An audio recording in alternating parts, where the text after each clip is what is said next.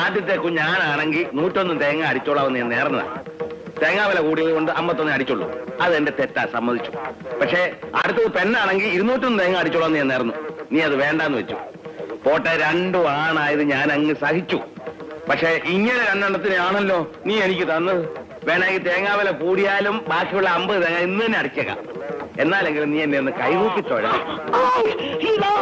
കുടിഞ്ഞമാര് പിള്ളേരെ പ്രാവാൻ തുടങ്ങിയായിരിക്കും. പ്രായമൊന്നുമല്ല, പിള്ളേരെ ഒരു നല്ല നില എത്തിക്കാൻ വേണ്ടി 50 തേങ്ങ ഇന്ന് തന്നെ അടിച്ചേക്കാമെന്ന് നേരുകായിരുന്നു.